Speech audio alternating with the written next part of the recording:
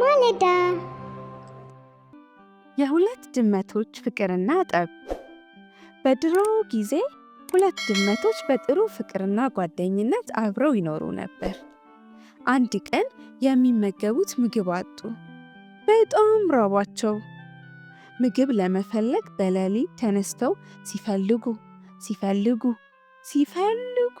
ከዋሉ በኋላ አንድ ቤት በመስኮት ዘለው እንደገቡ ገበታ ላይ ስጋ ተቀምጦ አገኙ። እጅግ ተደሰቱ። ከዚያም አቅማቸው በቻለው መጠን በየአፋቸው ይዘው በገቡበት መስኮት ዘለው ወጡ። ከዚያ በኋላ አንደኛው ድመት የያዘው ምግብ ከሌላው የበለጠ በመሆኑ ጥቂት ስጋ የያዘው ድመት እንዲህ አለው፣ ጓደኛዬ ደባልቀን እንብላ ሲል ብዙ ስጋ የያዘውን ድመት ጠየቀው። ብዙ ስጋ የያዘውም ድመት ኧረ የኔ ብዙ ያንተ ግን ትንሽ፣ በምን ምክንያት እንደባልቀዋለን? አልፈልግም እምብየው ሲል የእምቢታ ቃሉን መለሰለት። በዚህ ምክንያት ፍቅራቸው ቀረና ተጣሉ። በጥፍራቸውም መቦጫጨር ጀመሩ። ጠባቸው የበረታ ሆኖ ሲተናነቁ አንድ ቀበሮ በቁጥቋጦ ውስጥ ተደብቆ ይመለከታቸው ነበር። ቀበሮውም ወደ ድመቶቹ በመጠጋት ለምን ትጣላላችሁ? አላቸው። በዚህ ጊዜም ትልቅ ስጋ የያዘው ድመት ጌታው አቶ ቀበሮ፣ ይህ ጓደኛዬ እኔ በደረቅ ውድቅት ነፍሴን ሽጬ ያመጣሁትን ስጋ አብረን እንደባልቅ ስላለኝ አንተ ያመጣኸው ትንሽ ነውና የብቻችንን እንብላ ብለው እምቢ ብሎ በዚህ ነው የተጣላ ነው አለው። አነስተኛ ስጋ የያዘውንም ድመት አንተስ ጠባችሁ ምንድን ነው ብሎ ጠየቀው። እሱም የበለጠውን ስጋ ከእኔ ነጥቆ ወሰደና አላበላህም ስላለኝ ነው የተጣላሁት አለው። ቀበሮም ክርክራቸውን በዝርዝር ካዳመጠ በኋላ ሰማችሁን?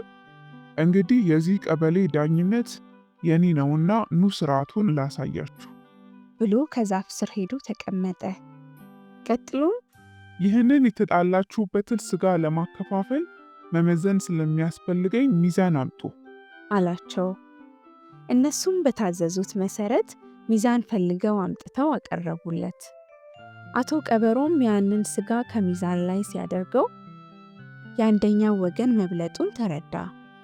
ቀበሮም ዳኛ ነኝ አስተካክለዋለሁ በማለት ከአንደኛው ላይ ጎረሰለት። ነገር ግን ሚዛኑ ቢመለከት እንደ በፊቱ ሆኖ አገኘው። ከዚያም በድጋሚ ጎረሰው።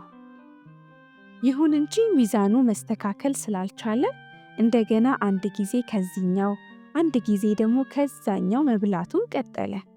ከሁለቱም መብላት ጀመረ። ስጋው ግን እያነሰ ሄደ። ቀበሮም የዳኝነቴ ስለሆነ ወስጄዋለሁና ወደ የቤታችሁ ሂዱ ብሎ አሰናበታቸው። ድመቶቹም የተጣሉበትን ስጋ ለባዕድ አስረክበው ያለ ጥቅም ቀሩ ይባላል። እሺ ልጆችዬ፣ ከዚህ ተረት ምን ተማራችሁ? እስቲ ለወላጆቻችሁ ንገሯቸው። ከዚህ ተረት የምንረዳው ከፍ ያለ ጥቅም ለማግኘት በመመኘትና በመጣጣር በክርክር፣ በሙግት፣ በከንቱ ጊዜያቸውን የሚያጠፉ ሁሉ ያንኑ በእጃቸው ያለውንም ከማጣት ይደርሳሉ። አባቶቻችንም ከደህና ሙግት የሰነፍ እርቅ ይሻላል ብለው የሚመክሩን ለዚህ ነው። ሁሉም ነገር በፍቅርና በምክክር ከሆነ ግን በህብረት ትልቅ ደረጃ መድረስ ይቻላል። ተረቴን መልሱ አፌን በሰብስክራይብ፣ ላይክ፣ ኮሜንት እንዲሁም ሼር በማድረግ ያብሱ። ባይ